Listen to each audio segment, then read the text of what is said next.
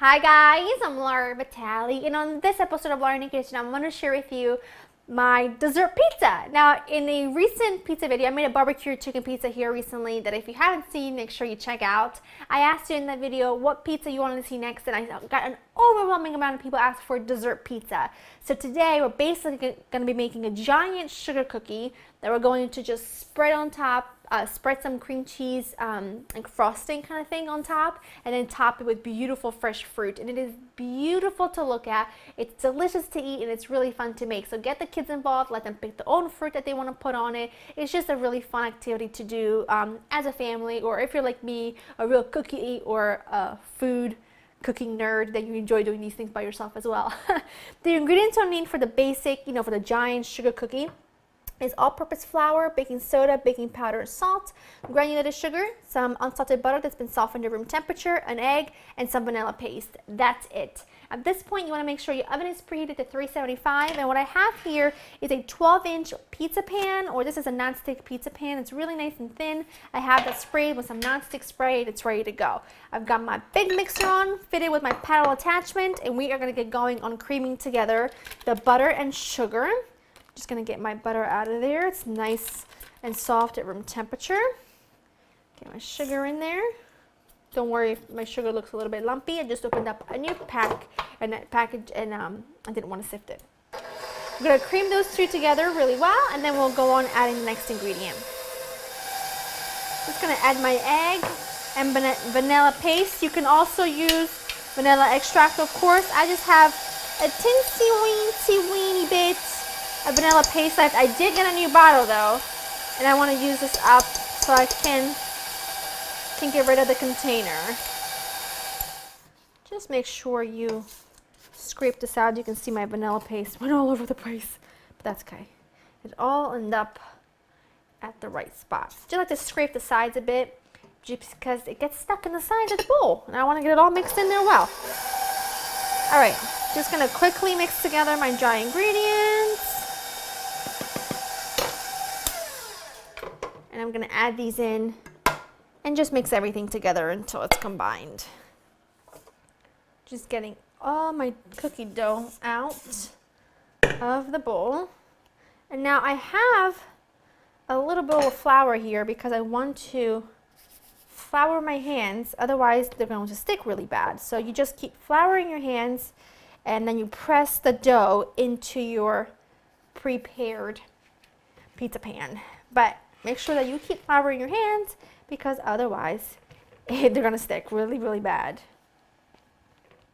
Trying to make this as even as possible. And now you'll notice that we didn't roll this out because we're not using pizza dough. We're just making something that looks like pizza. And there are so many different variations you can do this. I mean, technically my cinnamon roll pizza is considered a dessert pizza, and that's made with pizza crust. And I'm also going to show you how to make Nutella pizza in the future, and that requires pizza crust as well. So there's often lots of variations of it, but this I think is the most common, and it's one of the, it's delicious, so I wanted to share it with you. Now that this is ready, I'm going to pop this into my oven. It's been preheated to 375 for about 10 to 12 minutes, or until it's beautiful, lightly golden brown, and then we're going to let it cool completely before we top this with a gorgeous creamy topping. My cookie base was in the oven for about 12 minutes and it looks magnificent. I have let it cool completely. You want to make sure you do that, otherwise the frosting will just kind of melt all over the place. To make the frosting, you're going to need some cream cheese that's softened at room temperature, some confectioner's sugar, a splash of vanilla, and what I have here is a little bit of my homemade lemon curd. If you don't want to use lemon curd, or you don't have it on hand, or you don't want to make a special trip to the supermarket just to get it, or to make it from scratch, just add a zest of a lemon and a little tiny bit of lemon juice, maybe like a teaspoon or so, and it'll do the trick just well.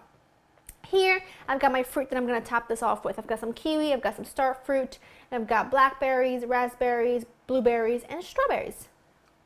And a couple extra. Okay. Let's get going on making our frosting, or whatever you want to call it. I guess our sauce for our dessert pizza. I've got my cream cheese here, and it's really important that it's softened to room temperature, otherwise you're not going to be able to spread it on, and it'll just be a giant mess. I'm going to add in the confectioner's sugar. little tiny splash of vanilla, not a whole lot. You don't need too much. And then we are going to add in the lemon curd. This is my homemade lemon curd, which I've shared with you in a previous episode, and it is just phenomenal and very easy to do, and best lemon curd you'll make, I promise. Mix this all together until you have a really lovely and creamy mixture. Mixture. Pour our sauce evenly over the top, and we're going to spread this on really nicely. I've got a little offset spatula here just to make the job easier. And then just kind of spread it even and smear it all over. And this smells fantastic, by the way. You can smell the lemon curd. You can smell, don't worry if you got bits and pieces of the powdered sugar that hasn't blended in together well. It's all going to get covered by the fruit anyway. Don't give yourself a nervous breakdown wondering why your powdered sugar has bits all over the place. It just does. As you can see, mine does too, and I'm perfectly okay with that. Just spreading this evenly, kind of from edge to edge. Probably should leave a little border like normal pizza, right? And now it's just about decorating. I'm just going to cut off this tops of my strawberries and then just slice my strawberries. And just, you can do this in any pattern your heart desires. I just mix and match. I'm going to do probably just a row of strawberries and then just mix things up. And you can do this with any kind of fruit that you prefer. You can use just one kind of fruit, one kind of berry. You can use bananas, although do be careful because bananas turn brown, so you might want to toss them in a little bit of sugar beforehand. But really, the world is your pickle. You could put in some orange slices on here, orange segments. That would be really lovely as well. You know, it's completely up to you. I just love a lot of color. I love how this looks. I love that the green against the blackberries and the raspberries and the blueberries just looks beautiful. So that's why I do it this way. But by all means, don't feel like you have to stick to what I'm using just because that's what I'm using. Use what you got. Use what you like. And use what's, available.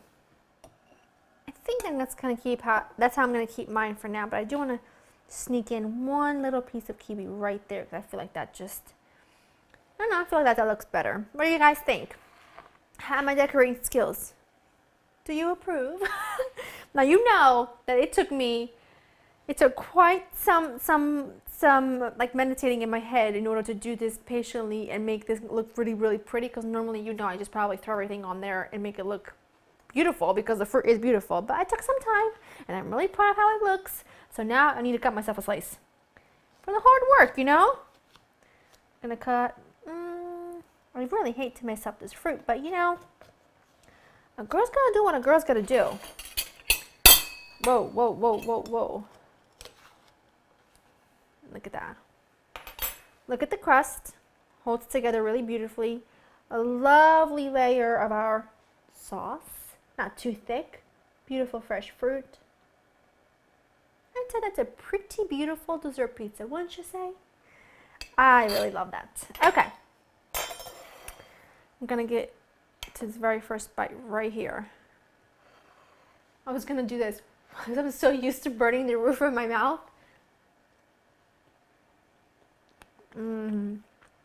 That. See, it's a feast for the eyes, and it's a feast for the palate as well. That that cream cheese topping tastes like cheesecake. Tastes like a really beautiful cheesecake kind of flavor. It's got a cheesecake kind of flavor to it, which I love.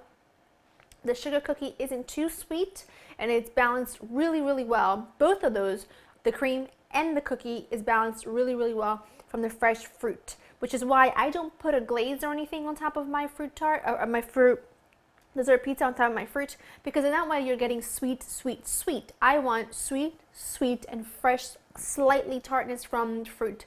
That's kind of like the perfect balance in my opinion. I'm going to slice Joe a little slice, and I'm going to wrap the rest up, and tomorrow I take it to my sister-in-law's, and I think we're all going to enjoy it with the kids because it is really delicious with a nice cup of coffee, and the kids are going to go nuts for it. Go to LauraInTheKitchen.com to get this recipe. Hey, let me know what pizza you want to see next. I mean, I'm definitely going to be going and checking the comment section for future pizza inspirations because they all come from you. Hope you guys enjoyed spending time with me, and I'll see you next time. Bye-bye.